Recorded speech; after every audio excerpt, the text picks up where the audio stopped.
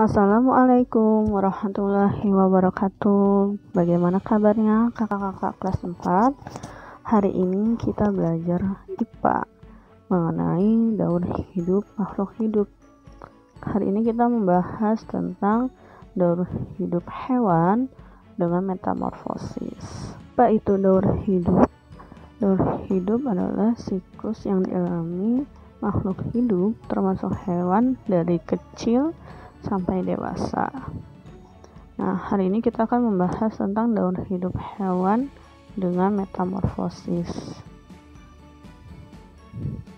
Perubahan bentuk yang sangat berbeda yang dialami hewan sejak menetas sampai menjadi hewan dewasa disebut metamorfosis. Berdasarkan perubahan bentuk tubuh hewan, metamorfosis dibagi menjadi dua golongan, yaitu metamorfosis sempurna dan metamorfosis tidak sempurna. Hari ini kita akan membahas tentang metamorfosis sempurna. Pada metamorfosis sempurna, bentuk hewan saat lahir berbeda sekali dengan bentuknya ketika hewan dewasa. Hewan bermetamorfosis sempurna mengalami tahap pupa atau kepompong. Contoh hewan yang mengalami metamorfosis sempurna antara lain kupu-kupu, lalat, dan nyamuk.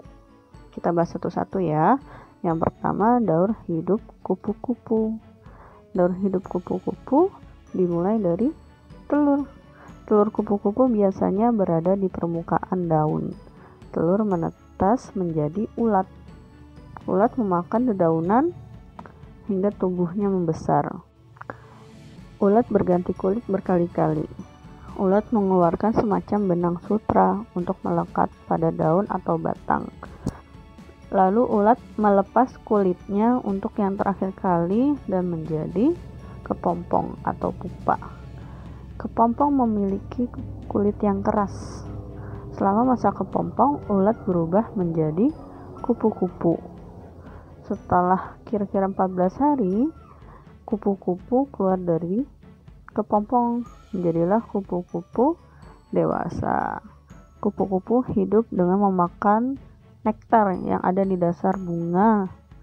Kupu-kupu dewasa berkembang biak dengan bertelur. Dari telur ini daur hidup kupu-kupu yang baru dimulai lagi. Jadi namanya daur hidup itu berputar. Setelah menjadi telur, nanti dewasa kembali lagi ke telur, dan seterusnya. Begitupun dengan daur hidup nyamuk, dimulai dari telur. Telur nyamuk berada di air. Telur menetas menjadi jentik-jentik. Jentik-jentik hidup di air. Jentik-jentik juga mendapatkan makanan di air. Jentik-jentik akan tumbuh dan berubah menjadi pupa. Pupa tidak bergerak. Pupa dapat berpindah karena gerakan air. Selanjutnya, pupa berubah jadi nyamuk. Nyamuk terbang ke udara. Nyamuk dewasa memakan nektar bunga. Nyamuk betina juga memakan darah hewan atau manusia untuk memperoleh protein. Nyamuk dewasa akan kembali ke air untuk bertelur. Beberapa jenis nyamuk melekat telurnya di air kotor. Beberapa jenis nyamuk lainnya meletakkan telurnya di air jernih. Jadi siklusnya pun sama ya, dari telur menjadi dewasa dan kembali lagi menetaskan telur. Yang terakhir, daur hidup alat. Daur hidup alat juga dimulai dari telur.